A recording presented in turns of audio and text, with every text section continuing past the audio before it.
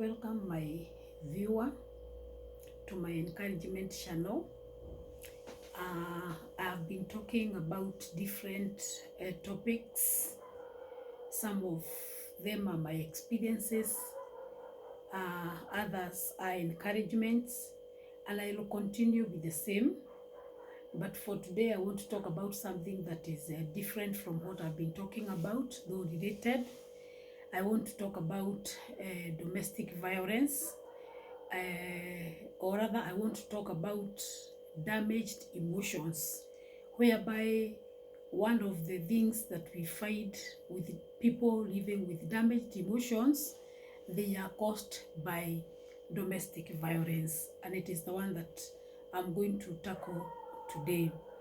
I'll start by saying that there are many people who are living with damaged emotions, and people living with damaged emotions, you may not tell or you may not know, depending with the level that they are in.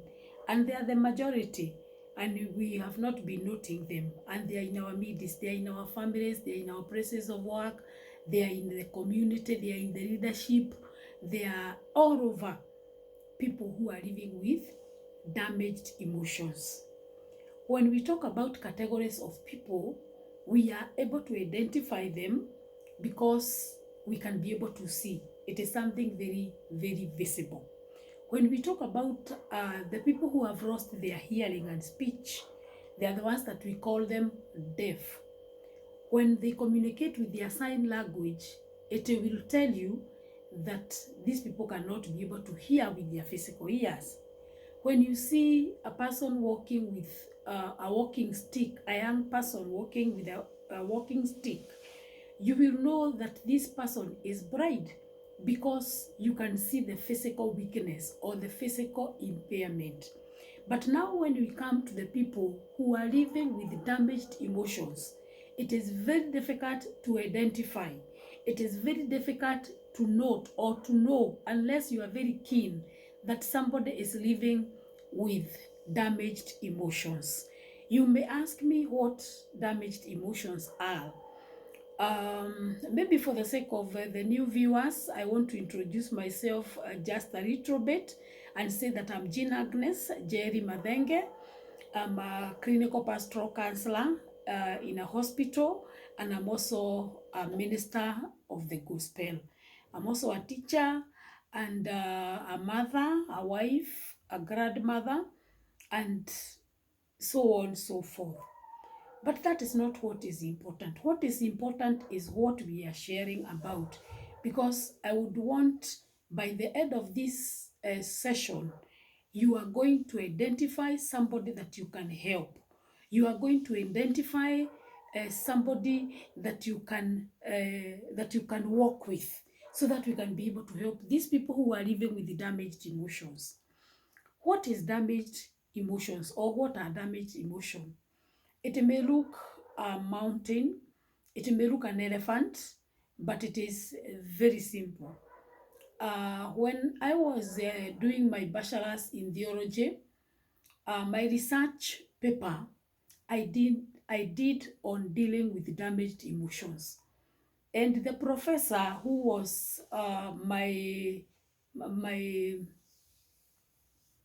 the professor who was my supervisor was discouraging me.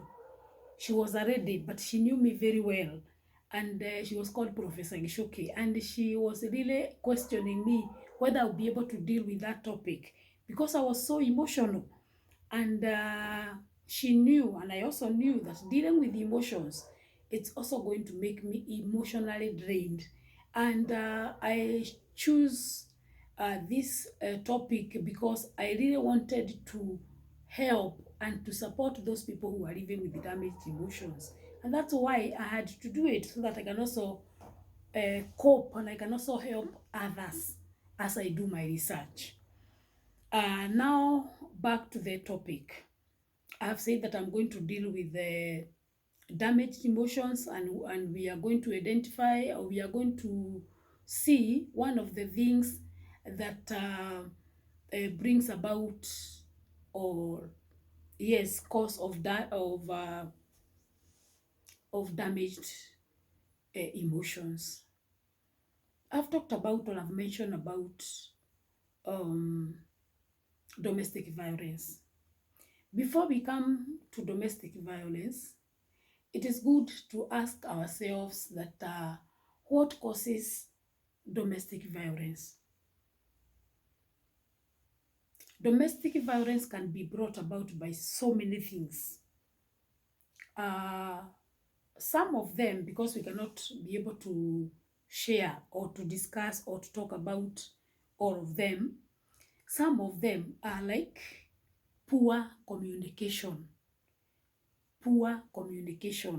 or communication breakdown.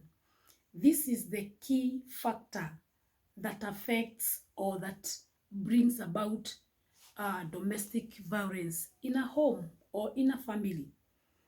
And misunderstanding or lack of proper communication, it brings about so many other things that comes with it.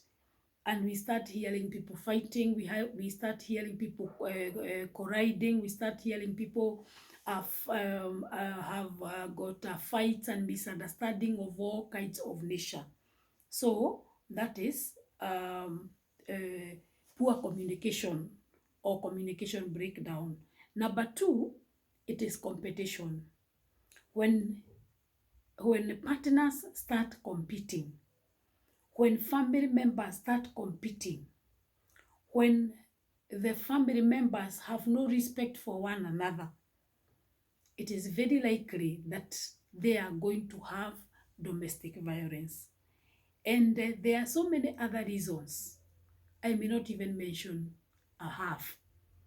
But it is good to know that all what we think can bring about domestic violence, we need to avoid. And the question is why? This is because when two parties or when two partners or a couple is fighting or there is domestic violence, they are watched by so many people, they are witnessed by so many people, and they affect so many other people. And therefore, domestic violence is the number one killer of our society. You may ask me how, and I will explain to you how. Domestic violence is between two people, or it is started by two people. That is a husband and a wife, or a mother and the child, or the father and the child, and vice versa. Or siblings, two siblings, when they fight or they quarrel, that is domestic violence. And nowadays, it has become rampant. It is not like the old days. It is not like when we were children.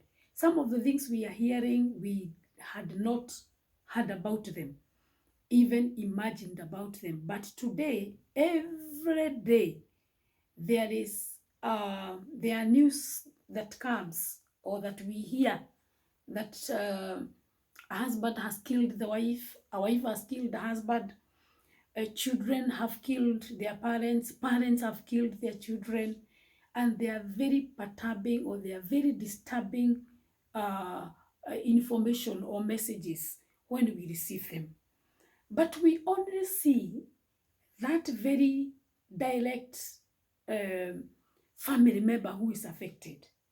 And we fail to see the other outer picture. The outer and the bigger picture is outside there. When these two people are fighting, this is husband and wife, we also have got, for example, if they have 5 children, maybe to take a case scenario, we are talking of now 5 children suffering because of their parents' fights or quarrels. Let us assume these 5 children are married. These 5 children, together with their wives and husbands, these are 10 children. 10 children are suffering because their parents have been fighting or they are fighting. Let us see another category. These two people have parents. The husband has two parents and the wife has two parents. Those are 4. If you add 4 and then you add with the 10 children, those will be 14. And let us assume the wife has 5 brothers, I have 5 siblings, and the husband has 5 siblings. And these siblings, they are all married. So we are talking about other category of 20 people, because 5, 5, so 10, 5, 5, 10. Those are 20 people. If we add 20 people plus the first 5, no, 10, the first 10, those are 30 people, plus the parents for 34 people. I want you to see the big picture. That is the big picture. If you hear there is murder, if you hear there is domestic violence, it does not only affect that person in particular. It is not about the dead. It's about those who have been left living. How are they going to continue living? How are they going to cope with this situation after death? We normally dwell so much on the person who was the victim or who was the culprit, and we forget the bigger picture is the one that is going to be left behind in pain, in frustration, and with so many problems. Remember, every decision has consequences. And therefore, when a decision is made in a family, it affects the entire family as a whole. You may wonder, or you may ask, why damaged emotions? Damaged emotions, or people who are living with damaged emotions, they have emotions that they may not be visible unless provoked, but they are emotions that are in their inner being. And emotions cannot be seen. They can only be expressed. When somebody expresses their emotions, you'll be able to tell whether that person is coping with their emotions or not.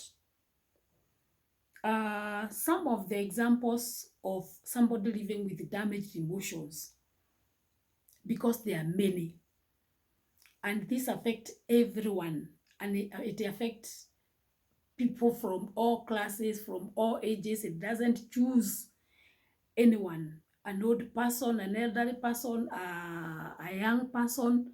All these signs have everyone. One is brokenness.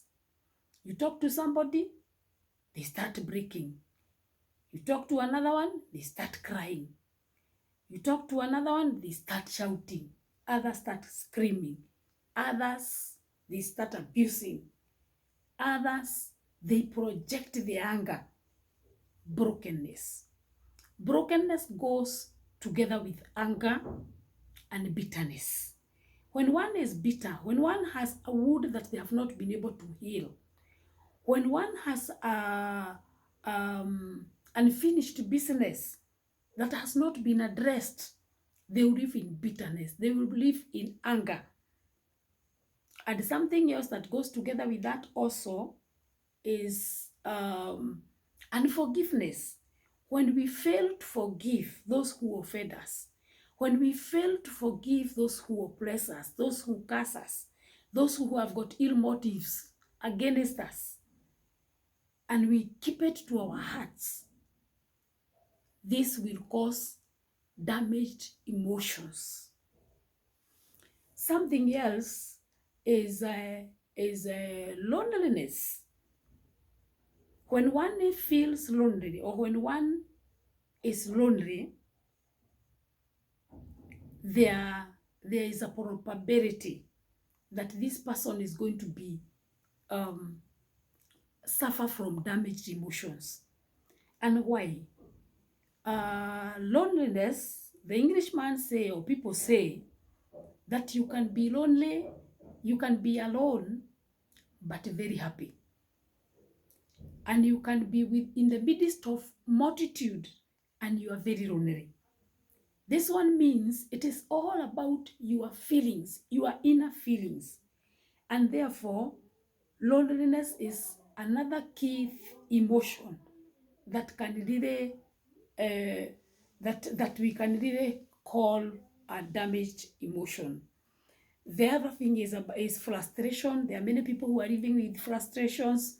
Some are frustrated by their spouses, others are frustrated by their jobs, others are frustrated by their careers, others are frustrated by leadership. Even now, when we are looking forward for the next general election, there are people who are very frustrated with the government. There are others who are frustrated by the parties. There are others who are frustrated by what is happening, and these frustrations brings about damaged emotions. There are also something else is false accusation. When someone accuses you falsely, it breaks your heart, and you start suffering from damaged emotions. And that one is very paramount, because if you are not able to speak on your own behalf, if you are not able to get somebody or who will give a witness, or who will say whatever you have been accused wrongly is wrong, you will suffer from um, damaged emotions. The other thing is about grief and loss. For those people who have lost their beloved ones and they are going through loss, they are going, not loss, they are going through grief, they are mourning. This is a period where somebody is going to have damaged emotions. And when this person is provoked, they can really project their anger, their pain, and their frustrations. And therefore, we need to help them cope with the grief.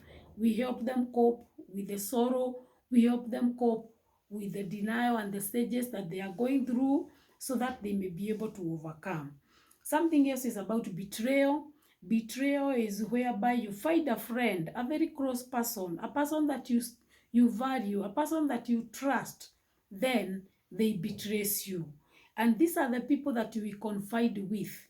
And therefore, there are so many people who live with their problems, with their challenges, and they fear their friends. They fear the people who are close to them, because they have no trust, because they have betrayed them in the past. And therefore, betrayal is another sign of damaged emotion. When you cannot trust somebody that you love, it means there is betrayal and there is fear together with it. Then there is rejection. Rejection is another key area of damaged emotions, whereby you are rejected from the beginning, and wherever you go, you feel that the spirit of rejection is following you. And this has affected so many people who have or who had great visions and plans, and they lost them because they have been feeling rejected wherever they go. And this is a long and a wide topic that we can talk and share, because it has affected so many other people. Something else is abandonment and feeling neglected, that people don't think about you. People have no burden for you. People don't give you attention to what you say, to what you do. Nobody cares and nobody is concerned. And this can also cause damaged emotions. And then we have got failure, the fear of failure. Everyone wants to do things and they want to succeed in whatever they do. But when you are not able to do or to try or to attempt because of fear of failure, it will suppress you, it will depress you, and it will make you suffer from damaged emotion. Also, when you are fearing to lose, like now it is time for elections, there are so many people who had dreams or who have dreams of becoming great leaders of this nation, but because of fear, because they are fearing to lose, they will suffer from damaged emotions. And that's why the Englishman said again that you'd better lose than fail to try. You'd rather lose while you have tried than failing to try. And therefore, when we talk about damaged emotions, we have seen that there are so many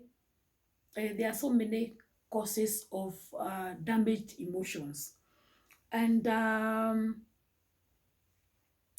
we have also seen what brings about domestic violence. And my next video, I'm going to talk about the effects of domestic violence, and these are going to help us see